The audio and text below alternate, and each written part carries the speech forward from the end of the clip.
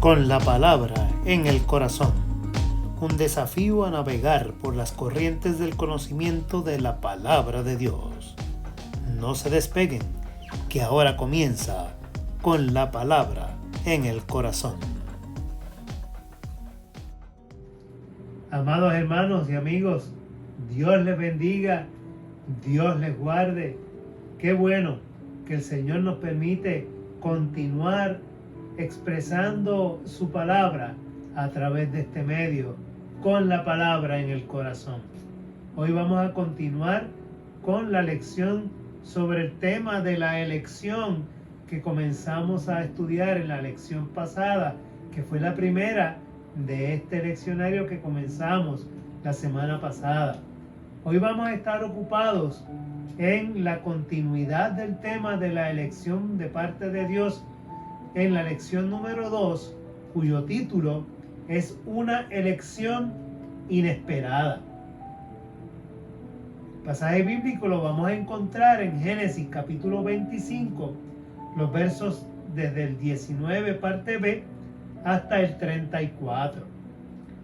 El texto, para recordar, dice de la siguiente manera: Y Jehová le respondió: Dos naciones hay en tu seno, dos pueblos divididos entre sus entrañas. Un pueblo será más fuerte que el otro, y el mayor servirá al menor. Vamos a mirar esto de manera interesante, tal y como aparece el pasaje, y vamos a tratar de cumplir con los objetivos de esta lección en este día, que son el primero, tratar de entender la importancia que tuvo en el Antiguo Testamento y que tenía, de hecho, en el Antiguo Testamento, la pureza racial de la familia.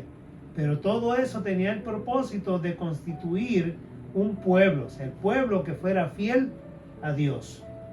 También es importante que entendamos el significado que tiene la familia en el cultivo y la comunicación de la redención cristiana de la vida. Eso es bien importante también. Y también vamos a destacar el hecho de que nuestro contacto con el mundo puede bloquear la primogenitura cristiana o puede facilitar nuestro testimonio cristiano. Así que eso también vamos a verlo como familia.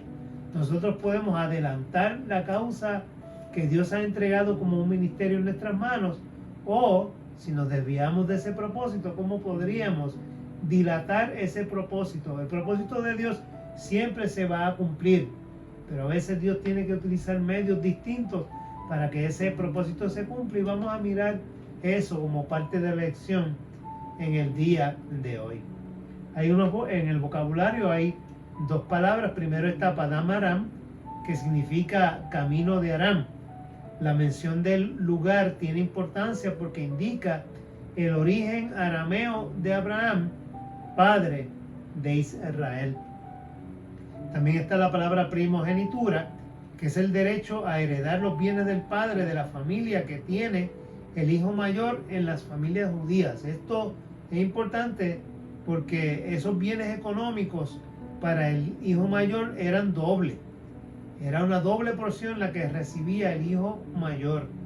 Sumado a los bienes materiales, el primogénito heredaba también el liderato familiar.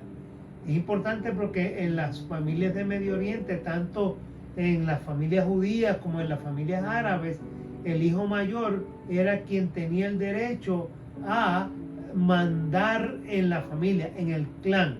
Será el líder del clan y el sucesor del liderazgo en el clan o en la tribu que cada uno de ellos representaba. Por eso la importancia de la primogenitura dentro de este contexto que vamos a estar viendo.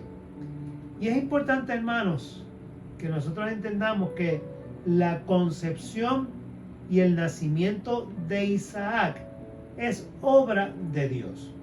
Hemos dicho que Dios, cuando miró el hombre y sus desvaríos, cuando el hombre se desvió primero en el jardín del Edén luego del diluvio volvió a desviarse, Dios tuvo que desarrollar este plan de salvación que nos ha alcanzado a cada uno de nosotros a través de una familia.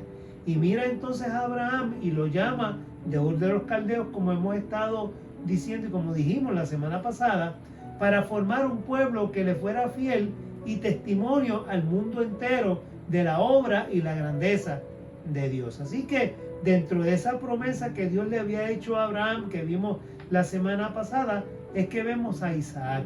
Pero es interesante porque Isaac se casa con Rebeca porque Abraham había mandado a su siervo a buscar una esposa para Isaac.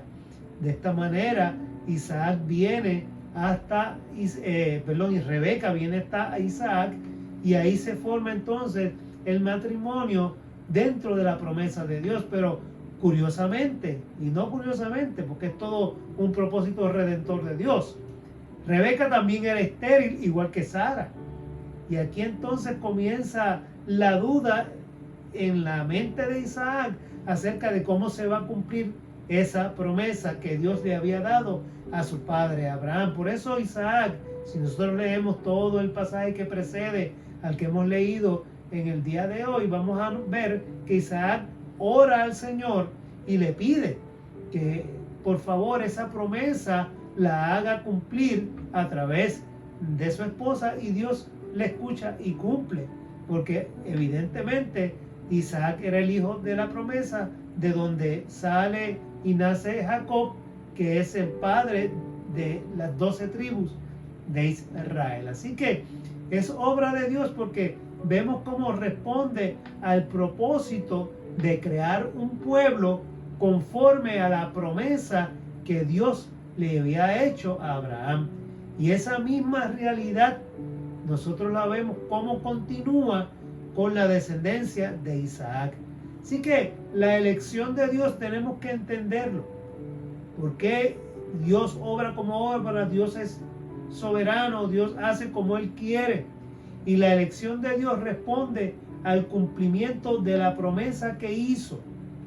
Y esa fidelidad de Dios para con la humanidad de crear un pueblo capaz de dar testimonio de su amor y su justicia a todos los pueblos de la tierra. Así que hacia allá va encaminada la promesa que Dios le hizo a Abraham, para que ese pueblo se pudiera formar con ese propósito. Ya hemos dicho la semana pasada que ese cumplimiento total se da en la figura de Cristo y el pueblo que se reúne a través del Señor Jesucristo, donde se cumple entonces ese pueblo de Dios que le alaba y da testimonio a todos los pueblos de la tierra. Pero aquí estamos viendo la historia de cómo comienza ese plan de salvación, ese plan de redención. Vamos al pasaje bíblico. El pasaje bíblico lo encontramos en Génesis capítulo 25 y comenzamos a leer la parte B del verso 19 de ese capítulo 25. Dice la palabra del Señor. Esta es la historia de Isaac, el hijo de Abraham.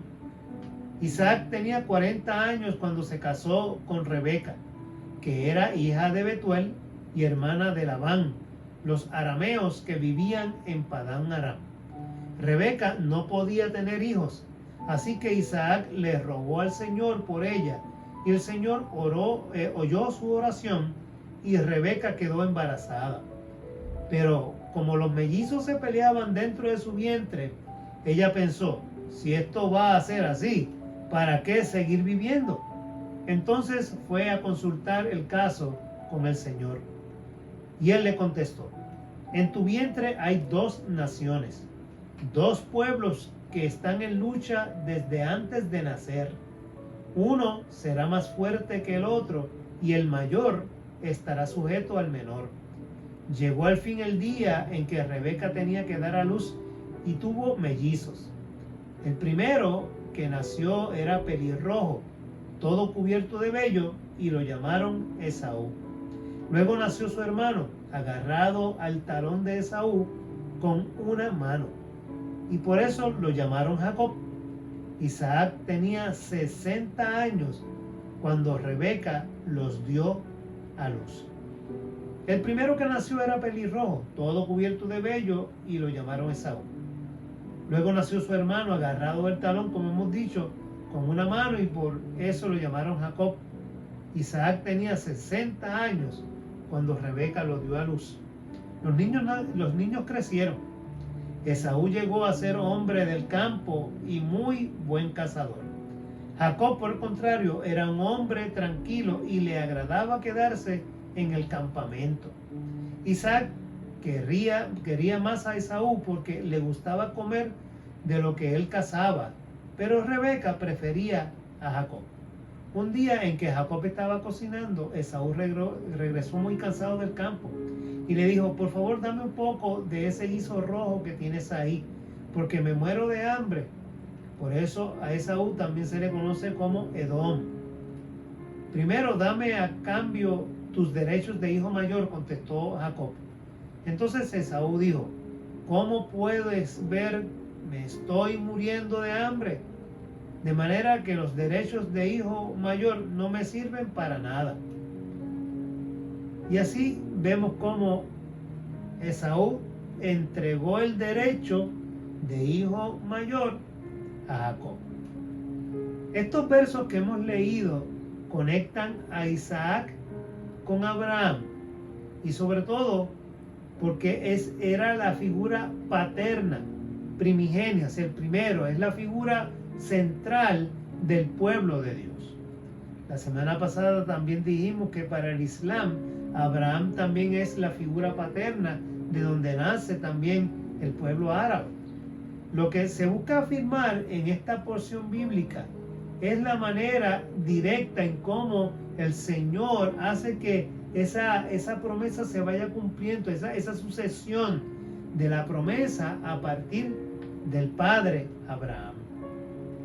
Esa insistencia, fíjense ustedes algo importante, aquí se insiste mucho en la cuestión racial, por eso se menciona el hecho de que son de Aram, que busque esposa allá en Aram, y de hecho el propio Abraham también es de Aram, o sea, y todo esto para establecer claramente ese linaje arameo del pueblo israelita, y se insiste mucho en eso.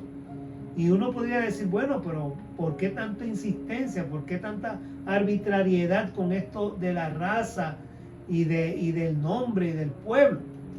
Bueno, para la antigüedad y para este propósito de Dios era bien importante afirmar el origen arameo de los personajes que están en esta sucesión familiar en cumplimiento de la promesa que Dios había establecido. O sea, para ellos era sumamente importante el linaje, y ese linaje tenía que estar claro desde el origen. Recuerden que la Biblia se está escribiendo tiempo después de todos estos acontecimientos. Esto no se escribe en el mismo instante en que están ocurriendo los hechos. La Biblia viene a escribirse muchos siglos después. Por lo tanto, ese linaje, esa reafirmación de dónde salimos como pueblo, cómo fuimos formados, cómo Dios nos bendijo y nos preservó a través de la historia, y cómo lo hizo a través de estos milagros, primero de Sara siendo estéril, después Rebeca siendo estéril también, y cómo el Señor fue de esta manera ampliando esa visión profética de un pueblo que le iba a servir y le iba a adorar, pero también iba a ser ejemplo a las naciones del mundo. Por lo tanto, ese linaje, para el que escribe, para la historia del pueblo de Israel, es sumamente importante para afirmar ese llamado que Dios había hecho a este pueblo. Se afirma en la escritura y en el pasaje que Rebeca era estéril. Y eso, miren, definitivamente volvemos a pensar en Sara cuando Dios le dio la promesa a Abraham. O sea, si ella era estéril, pues se iba a echar a perder la sucesión, la promesa no se iba a cumplir. O sea, y en muchas ocasiones, hermanos, nosotros podemos pensar que Dios nos ha prometido algo, y en medio de esa promesa que estamos esperando, surgen complicaciones, surgen problemas, surgen diversas situaciones que ponen en riesgo, tal vez a nuestro punto de vista, el objetivo de las cosas que Dios dijo que iba a realizar. O las cosas que uno quisiera hacer o que uno se ha propuesto hacer.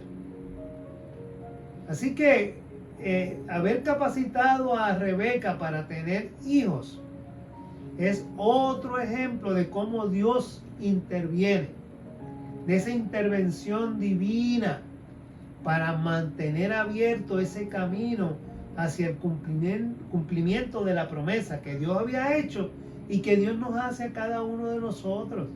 O sea, como hemos dicho desde la semana pasada, Dios cuando promete, Dios cumple porque Dios es fiel. Nosotros somos los infieles. Nosotros somos los que nos apartamos de Él, no Dios. Nos quejamos por las cosas que nos pasan, no porque Dios nos haya abandonado, sino porque nosotros abandonamos a Dios. Pero Dios sigue siendo fiel a lo que Él nos ha dicho y establece y ha pactado con nosotros a través de su palabra. Y eso lo vemos nuevamente cumpliéndose en la figura, en el personaje de Rebeca, que siendo estéril puede concebir para que esa promesa siga cumpliéndose según Dios lo había establecido. Dice el verso 22 un detalle importante. Dice, pero como los hijos luchaban dentro de ella, Rebeca pensó, si es así, ¿para qué vivo yo? Es interesante, ¿verdad? El dolor que debía sentir ella, la incomodidad que debía sentir ella, tenía que ser muy grande para declarar el hecho de que no valía la pena vivir si esos dos muchachos iban a estar peleando todo el tiempo en su vientre. Y es que se trata de un antagonismo entre dos hijos desde el vientre de la madre. Estaban luchando por ser el primero desde el vientre de la madre. O sea, cada uno de los niños recibió un nombre que se basa en sus características genéticas o físicas, pero no habla de la personalidad y del propósito que Dios tenía para cada uno de ellos, que ya se manifestaba dentro del vientre de su madre, en ese antagonismo, esa pelea, en esas discrepancias que desde el vientre ella tenía y notaba y se quejaba por sus dos hijos. Así que a cada uno de ellos se les puso nombre basado en lo que vieron cuando nacieron. Pero cada una de esas características también estaba presagiando lo que entre ellos iba a ocurrir. Ese distanciamiento que ocurrió más tarde y vamos a mirar en la escritura más adelante. Ambos nacieron. Y como es natural, lo hicieron conforme a la naturaleza física y emocional de cada uno de ellos. Y cada uno de ellos se crió de acuerdo a esas características. Esaú se menciona que era un cazador y por eso el padre lo prefería, porque traía carne y distintos alimentos a la casa. Por otro lado, Jacob era más casero, más tranquilo, más pasivo, y por eso la mamá se encariñó más con Jacob. Así que vemos dos vertientes, uno tranquilo y uno bien activo. Como todos los que tenemos hijos sabemos que siempre hay esas diferencias entre ellos. Unos son bien activos, unos son bien osados, se lanzan. Hay otros que son más tranquilos, lo piensan mucho para hacer las cosas a veces. Ustedes piensen en sus propios hijos cuando miren este tipo de características. Ahora, yo quiero hacer un paréntesis dentro de la lección para que veamos, como la semana pasada les presenté todo el linaje de Abraham a través de no solamente de Isaac, sino también de Ismael. Acuérdense que Abraham tuvo a Ismael y yo les presenté la semana pasada todo ese linaje, toda las naciones y los pueblos y aldeas y diferentes tribus que habían salido de Ismael. Pues también nosotros tenemos que mirar que tanto de Jacob como de Esaú también nacieron distintas personas y distintos pueblos. Y le estoy presentando un esquema que tiene que ver con la descendencia de Esaú, que también se le conoce Edom, como Edom. Edom porque cuando él pide del cocido que había hecho Jacob porque tenía hambre y vendió su primogenitura, es eso, es decir, yo tengo hambre y esa hambre no me va a dejar vivir, ¿para qué me sirve la primogenitura? Eso se relaciona, ¿verdad?, con la palabra Edom. Por eso los edomitas, que se mencionan bien claro en la escritura y vamos a explicar ya mismo sobre ellos, es el otro nombre con que se conoce a Esaú. Y fíjense que Esaú tuvo 4 esposas y de las 4 esposas tuvo hijos con 3. Con una de ellas, que es Ada, tuvo, si ustedes se fijan ahí, tuvo a Elifaz, Temán, Omar, o sea, tuvo 1, 2, 3, 4, 5, 6 hijos varones y tuvo 3 hijas mujeres. También se casó con Albohama, que tuvo con ella 3 hijos. Y también se casó con Basemat. Y de ella tuvo, según vemos en la descendencia, 4 hijos. O sea que de aquí salieron muchas otras tribus y muchas naciones. Si nosotros miramos en el mapa que les estoy presentando, van a mirar que Edom, o sea, toda la descendencia de Esaú, se asentó en lo que es en la península arábica, donde está Arabia Saudita. Hay una porción de tierra que se une con África. Eso es Edom, al sur de Israel. Este es un mapa antiguo, obviamente, y está presentando los pueblos de la antigüedad, los moabitas, los amorreos, los hititas, los filisteos, y más arriba está Jerusalén. O sea, ahí está, de acuerdo, era todo lo que era Canaán. Y si ustedes se fijan, al sur este de Canaán, entonces se asienta Esaú, o más bien toda la descendencia de Esaú, que son los edomitas, en un punto sumamente estratégico, porque si lo vemos aquí en este mapa más ampliado, fíjense ustedes que el punto donde se une Mesopotamia, que es todo lo que era en el mundo antiguo, toda esa parte de Arabia Saudita, lo que es Israel, lo que es Turquía, toda esa, lo que es el Medio Oriente, ese punto donde se une África con el Medio Oriente, ahí está Edom. En ese punto, si ustedes leen la historia, cuando Moisés en el Éxodo sale de Egipto, pidió pasar por Edom en su camino hacia Israel, y los edomitas no lo dejaron, no se lo permitieron, y tuvieron que bordear por el desierto, dar toda la vuelta para finalmente llegar cruzando el mar Rojo y después cruzando el río Jordán hasta entrar a la tierra prometida. Así que esa posición geográfica que donde se asentaron los edomitas dominaba todo lo que era el mercado y lo que eran los caminos de conexión hacia el mundo conocido en aquella época. Sumamente estratégico ese lugar. Aquí tenemos otro mapa donde ustedes pueden mirar las regiones tal y como se llaman hoy. Esa porción que es esa parte donde estaba Edom, ahora pertenece a Egipto. Ahora es parte de Egipto, y al lado tenemos a Arabia Saudita, tenemos a Israel, tenemos a Siria, tenemos a Irak, Turquía al norte, Irán, a Afganistán, a Turquestán y todo esto mundo, que todo eso es islámico, tal y como le explicamos la semana pasada.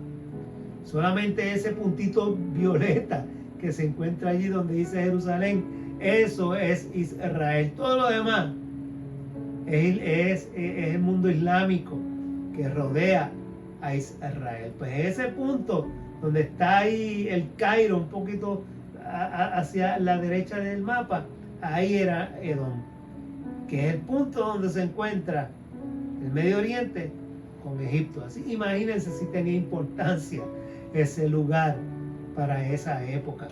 Así que las grandes civilizaciones de esa época, que eran Egipto y Mesopotamia, estaban allí, en el lugar, un lugar privilegiado. Y ese lugar privilegiado, ¿saben cómo se llama? Hoy los turistas lo visitan con mucha frecuencia cuando van a Israel, es Petra. Y aquí les estoy presentando lo que llevan a los turistas a ver, que es ese monumento tallado en la piedra en lo que era Edom. Este lugar, los que han ido a Israel y han podido ir a este lugar, esto, aquí, de ahí viene la descendencia de Esaú. Y es el lugar por donde se conecta a través de estos caminos entre las piedras, Egipto con el Medio Oriente. Así que todo esto se lo doy como un dato adicional para que entendamos el alcance de ese linaje que no solamente sale de Jacob, sino que también sale de Esaú. Pero volvamos a la clase y tenemos que mencionar que frente a la debilidad física y a la crisis de Esaú de ese momento, Jacob se aprovechó. Jacob se valió de toda su astucia y le demandó una confirmación. Le dijo: júrame que me estás vendiendo tu primogenitura y que después no la vas a reclamar. Así que le demandó una confirmación y así lo hizo Esaú, vendiéndole la primogenitura por un plato de comida. Así menospreció Esaú la primogenitura, dice el pasaje bíblico. Y esa frase del escritor bíblico está expresando compasión hacia Esaú, porque refleja pena, una pena por alguien que ignoró el valor de lo que estaba él entregando, que era algo tan importante como la primogenitura, algo que es mucho más, que trasciende el momento, no es algo pasajero, tiene un valor espiritual, un valor material, que imagínense ustedes, ser jefe a largo plazo de lo que es el pueblo de Israel y ser señalado como eso. Pero de esa manera está el plan de Dios trazado. No era para Esaú, era para Jacob. Y cuando miramos todo esto, hermanos, nosotros tenemos que tratar de entender qué nos dice a cada uno de nosotros. Cómo Dios escoge, Dios discrimina, Dios de alguna manera como que es arbitrario, o es que Dios simplemente tiene favoritismo con las personas. No. Dios conoce el corazón. Y por eso Dios entrega el ministerio y la labor que Él quiere desarrollar a aquellos que Dios sabe que en su corazón hay una nobleza, hay un amor, una pasión por el Señor. Y eso sabe Dios, que van a cumplir con su propósito. Jacob, a pesar de sus trampas, a pesar de sus dificultades, cumplió con el propósito de Dios. Se encontró con Dios 2 veces, en Betel y en Peniel. Y en ambos encuentros, en uno de ellos peleó con el Señor hasta que rayaba el alba, dice la Escritura, pero consiguió la bendición y el propósito de Dios se siguió cumpliendo en él. Y esta lección nos impone a cada uno de nosotros como iglesia el deber primario de entender no solamente esto, sino de vivir de acuerdo al amor y a la verdad de Dios que se revela en Cristo Jesús. Nosotros tenemos que preguntarnos si nosotros estamos cargados de prejuicios, si nosotros miramos a las personas de manera distinta por su raza, por de dónde vienen, por el pueblo, por el estatus social, Esas cosas nosotros sí nos las tenemos que preguntar, porque en Cristo se rompen todas esas barreras. En estos días mi esposa y yo analizábamos el encuentro de Jesús con la mujer samaritana, cómo se rompen todas las barreras, muchísimas barreras culturales que se rompen, barreras sociales y barreras espirituales que se rompen en el encuentro de Jesús con la mujer samaritana, que podría ser objeto de análisis en otra ocasión. Pero eso que Jesús fue capaz de romper y que ella misma se imponía, porque así lo había aprendido, nosotros también de la misma manera tenemos que analizarnos y romper con esos prejuicios que nosotros tenemos en contra de pueblos y en contra de personas. ¿Tratamos nosotros, pregunto, a las personas de la misma manera, de forma justa, de forma considerada? ¿Honramos los derechos de todo el mundo de la misma manera en que honramos a aquellos de las personas que nos interesan? ¿Somos capaces de hacerlo o no? Miren, a diferencia de los tiempos bíblicos, a diferencia de otras culturas, nosotros pues tenemos que mirar como segunda enseñanza. Nosotros los padres no somos llamados a buscarle esposa a los hijos. Ellos tienen que elegir. Nosotros no podemos, aunque quisiéramos, créanme que muchos de nosotros quisiéramos escoger la esposa o el esposo de nuestros hijos y nuestras hijas, pero no es nuestra responsabilidad. Pero sí es nuestra responsabilidad educar a nuestros hijos para que sean personas capaces de tomar decisiones sabias, de forma que ellos puedan aportar a la sociedad y al crecimiento de la fe de ellos y de esa familia que ellos van a formar, que sean personas íntegras y que puedan alcanzar la felicidad en Cristo Jesús a través del cumplimiento de las promesas de Dios que Dios derrama sobre su pueblo y están señaladas en la Escritura. De eso sí nosotros somos responsables. No de escogerles esposa o esposo, pero sí de educarles para que sean capaces de vivir en este mundo tal y como Dios quiere que vivamos.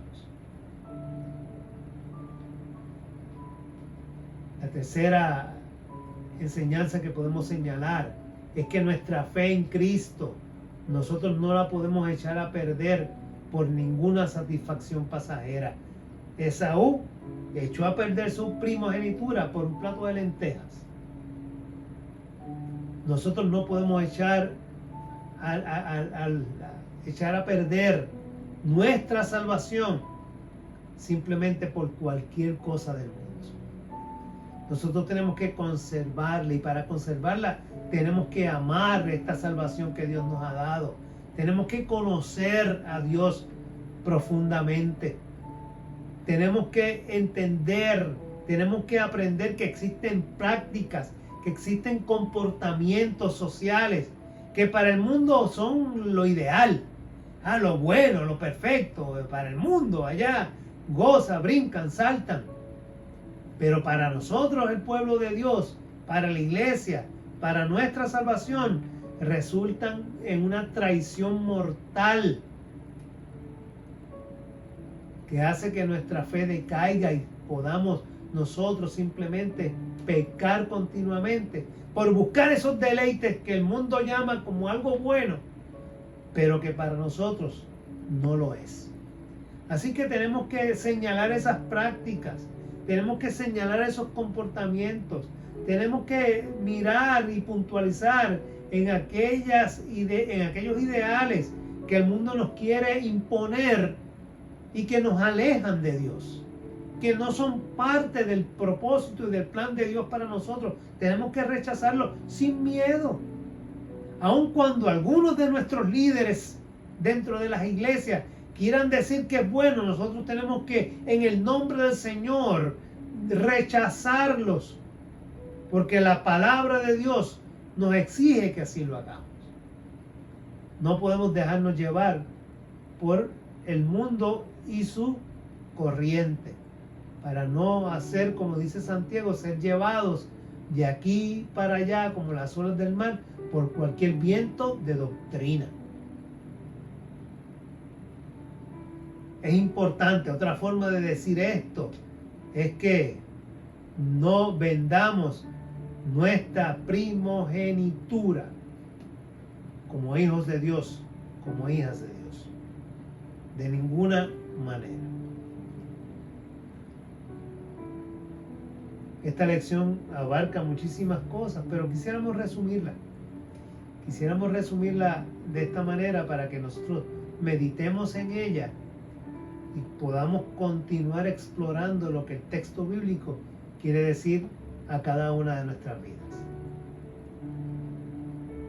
La necesidad que había en el Antiguo Testamento de mantener la pureza familiar como condición necesaria para cumplir la promesa de crear el pueblo de Dios es uno de los puntos que destaca esta lección.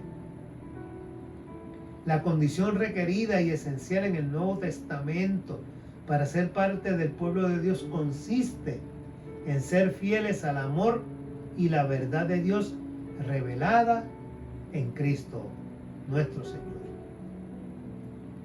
Y nuestro grado o nivel de conocimiento y fidelidad a Cristo incide en que nuestra fe como individuo se pierda o se diluya o se fortalezca, se enclaustre o se divulgue.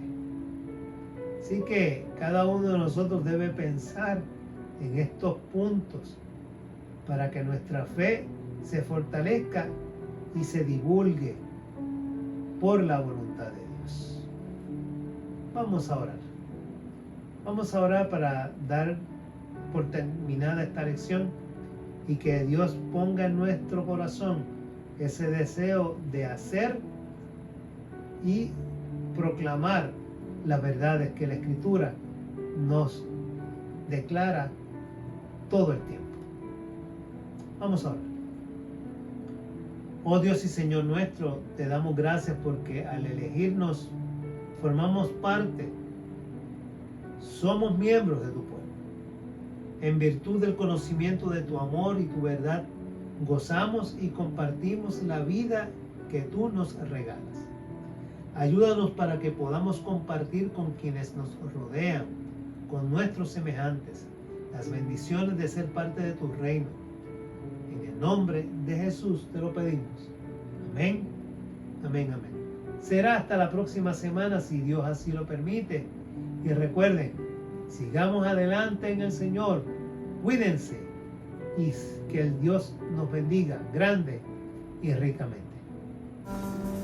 Hemos presentado Con la Palabra en el Corazón con sus hermanos Sandra Torres y Richard López. Gracias por acompañarnos y que Dios les bendiga.